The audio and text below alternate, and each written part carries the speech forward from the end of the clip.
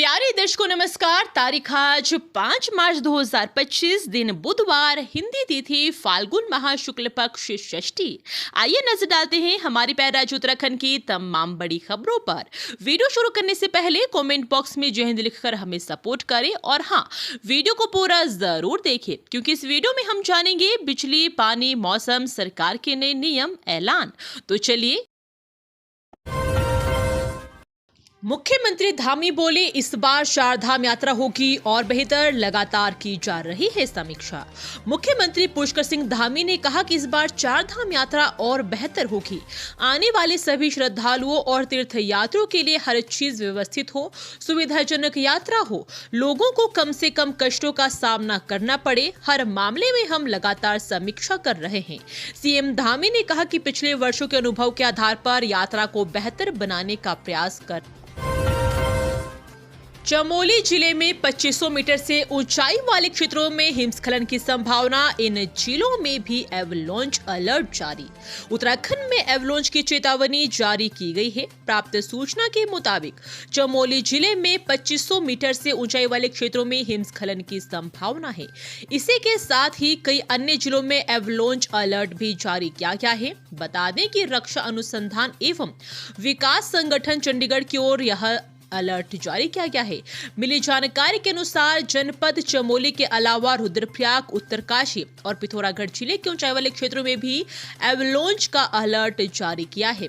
वहीं एवलांच की चेतावनी को देखते हुए शासन और प्रशासन ने अपने सभी अधिकारियों को अलर्ट रहने के निर्देश दिए हैं। मौसम विभाग के पूर्वानुमान के अनुसार देहरादून समेत उत्तरकाशी, रुद्रप्रयाग, चमोली, बागेश्वर और पिथौरागढ़ जिले के कुछ हिस्सों में हल्की बारिश होने की संभावना जताई गई है, जबकि उत्तरकाशी, चमोली और पिथौरागढ़ में तेज गर्जन का येलो अलर्ट जारी किया गया है। उत्तराखंड मुख्यमंत्री पुष्कर सिंह धामी का महिलाओं को तोहफा, हर महीने इन्हें मिलेंगे 2 लाख रुपए। उत्तराखंड में एकल महिलाओं के लिए मुख्यमंत्री एकल महिला स्वरोजगार योजना को कैबिनेट ने मंजूरी दी है। योजना के तहत ऐसी महिलाएं 2 लाख रुपए तक का लोन लेकर स्वरोजगार शुरू कर सकेगी। योजना के तहत उन्हें इस राशि का 75% या 1.5 लाख रुपए सब्सिडी के रूप में दिए जाएंगे। इस धनराशि का वहन सरकार करेगी। इसके लिए सरकार की ओर से 30 करोड़ रुपए धनराशि की व्यवस्था की गई है। इस योजना का उद्देश्य राज्य में एकल महिलाओं को स्वरोजगार से जोड़ते हुए उन्हें सामाजिक सुरक्षा के साथ आर्थिक रूप से सशक्त बनाना है। पहले वर्ष में इस योजना के तहत कम से कम 2000 महिलाओं को लाभ पहुंचाने का लक्ष्य निर्धारित किया गया था। पहले साल इस प्रगति को देखते हुए योजना में लाभार्थियों की संख्या बढ़ाने का निर्णय लिया जाएगा।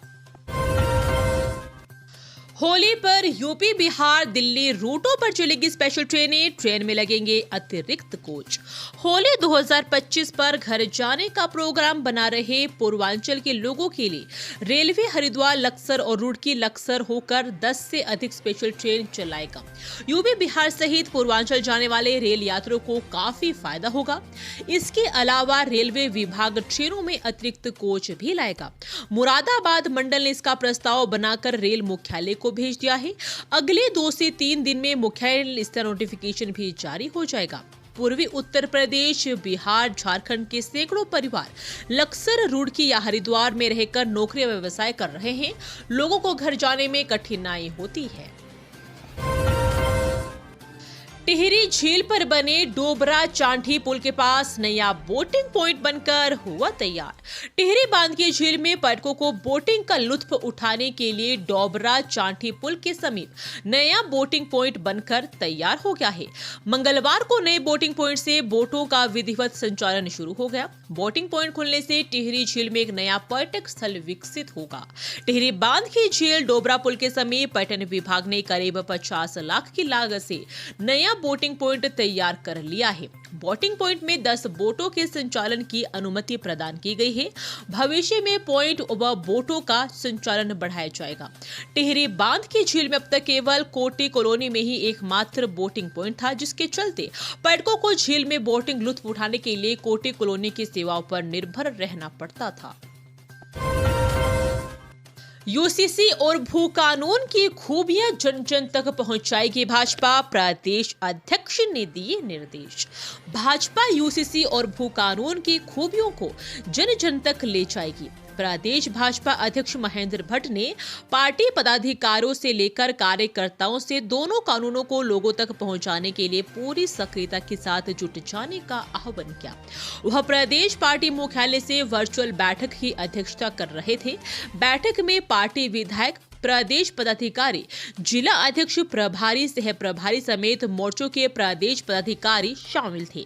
बैठक में संगठन पर्व कार्यक्रम की विस्तृत समीक्षा की गई। साथ ही वर्तमान में संचालित अटल जन्म शताब्दी वर्ष कार्यक्रम, संविधान गौरव अभियान, महिला दिवस आदि की भी गतिविधियों को जानकारी ली गई। मंडराते पक्षी और वन्य जीव बन सकते हैं बड़ा खतरा, सोलर फेंसिंग की जरूरत। देहरादून एयरपोर्ट पर हवाई अड्डा सलाहकार समिति की बैठक आयोजित की गई, जिसमें एयरपोर्ट पर कार्यरत विभागों के अलावा वन विभाग, पुलिस और प्रशासन आदि के अधिकारियों ने भाग लिया। समिति के अध्यक्ष क्षेत्रीय सांसद त्रिवेंद्र सिंह रावत और उपाध्यक्ष टिहरी सांसद माला राज्य लक्ष्मी शाह ने बैठक ली। अधिकारियों ने एयरपोर्ट पर मौजूदा फ्लाइट सुविधाएं, विमान, पार्किंग आदि के बारे में बताया। एयरपोर्ट निदेशक प्रभाकर मिश्रा ने कहा कि एयरपोर्ट 2 वन रेंज से घिरा होने के कारण महीने में 2 घटनाएं और वर्ष में लगभग 12 घटनाएं वन्य जीवों से संबंधित होती है, जिससे विमानों और यात्रियों को खतरा पैदा हो सकता है। हाथों में मेहंदी सजाए दूल्हे का इंतजार करती रही दुल्हन, आखिरकार क्या हुआ ऐसा कि उत्तराखंड के हल्द्वानी स्थित मुखानी थाना क्षेत्र अंतर्गत एक हैरान कर देने वाली घटना सामने आई है। यहाँ एक दुल्हन शादी के लिए तैयार होकर दूल्हे और बारात का इंतजार करती रही, लेकिन दूल्हा मौके से फरार हो गया। इसके बाद युवती दुल्हन के लिबास में पुलिस थाने पहुंची और शिकायत दर्ज करवाई। फिलहाल पुलिस ने दुल्हन की तहरीर पर संबंधितों के खिलाफ मुकदमा दर्ज कर लिया है। साथ ही पुलिस मामले की जांच में जुट गई है। बताया जा रहा है कि अंतरराज्यीय विवाह होने के चलते परिवार वालों ने शादी तोड़ी है। पुलिस के अनुसार यह घटना 2 मार्च को हुई। यह मुखानी थाना क्षेत्र में किराए पर रह रही युवती की शादी बिंदुखता लाल कुआं के रहने वाले लड़का से तय हुई थी। शादी के दिन बारात के स्वागत के लिए सुबह से ही तैयारियां चल रही थी। पकवान तैयार हो रहे थे और हर कोई खुशी के माहौल में था। शादी हल्द्वानी स्थित आर्य समाज मंदिर में होनी थी। लड़की दुल्हन के जोड़े में अपने परिवार और रिश्तेदारों के साथ आर्य समाज मंदिर पहुंच गई, लेकिन तय समय पर बारात नहीं पहुंची। युवक के संपर्क करने पर उसका फोन बंद आया। युवती और परिजन बारात का घंटों इंतजार करते रहे, लेकिन बारात नहीं आई। बिना प्रशिक्षण नहीं मिलेगा फलों की नर्सरी का लाइसेंस, नर्सरी प्रबंधन ट्रेनिंग अनिवार्य। काशीपुर में पारंपरिक खेती के साथ किसान फल और सब्जियों की नर्सरी की ओर भी रुख कर रहे हैं।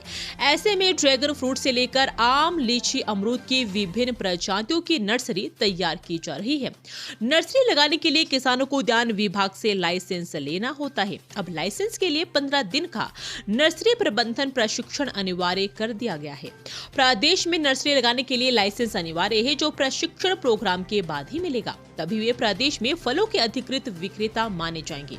प्रशिक्षण के बाद ही विभागीय टीम चयनित भूमि का निरीक्षण और सत्यापन करेगी। नर्सरी में जो पेड़ लगाए जाएंगे उनके दस्तावेज भी उत्पादक को रखने होंगे, अन्यथा उन प्रजातियों को सही नहीं माना जाएगा। लकड़ी पर चादर बांधकर मरीज के लिए बनाई एम्बुलेंस, बीमार महिला को उबड़ खाबड़ रास्ते से ले गए ग्रामीण। सिस्टम की नाकामी की जरा सी बानगी देखिए। आजादी के 77 साल बाद भी चंपावत जिले के सीमांत मरथपला गांव तक सड़क नहीं पहुंची है। इससे मरीजों और गर्भवती महिलाओं को बेजान की तरह लाठी डंडे में बांधकर मोटर मार्ग तक लाना और ले जाना पड़ रहा है। ताजा मामला मरथपला गांव की 70 वर्षीय चंचला देवी का है। वह गंभीर बीमारी से जूझ रही है। अस्पताल से इलाज कराने के बाद मंच से गांव तक लगभग 15 किलोमीटर डंडे और चादर से बनाई गई डोली एम्बुलेंस के सहारे घर लाया गया।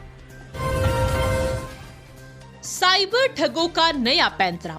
ओटीपी पूछते नहीं, मर्ज कॉल से ही हासिल कर खाता खाली कर रहे ठग, यह है बचाव का तरीका।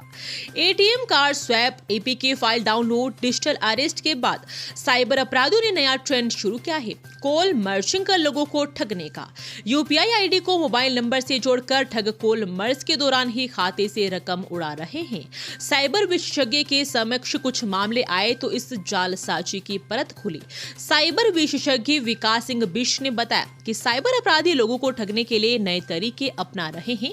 इन दिनों कॉल मर्जिंग स्कैम नया तरीका है। ठग कॉल करके इवेंट, नौकरी, लोन का झांसा देते हैं। बात शुरू करने वाला व्यक्ति उलझाने के बाद दूसरे व्यक्ति को अपना बॉस बताते हुए उससे कॉल पर जुड़ने को कहता है। दूसरी कॉल से जुड़ते ही आप ठग के जाल में फंस जाते हैं, क्योंकि वह कॉल ओटीपी हासिल करने के लिए होती है। बिना बताए ही वे आपके फोन पर आए ओटीपी को पाने के बाद खाता साफ कर देते हैं। गेस्ट हाउस में छापा, 5 महिला समेत 9 लोग पकड़े। देह व्यापार के लिए लाई गई 3 किशोरियां मुक्त कराई।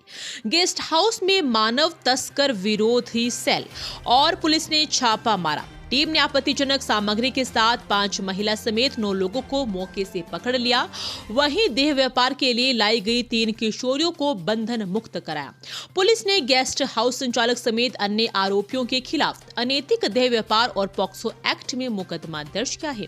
थाना प्रभारी दिलबर सिंह नेगी ने बताया कि रविवार शाम को पुलिस और मानव तस्कर विरोधी सेल को सूचना मिली कि सोहलपुर रोड स्थित गेस्ट हाउस में सेक्स रैकेट संचालित हो रहा है।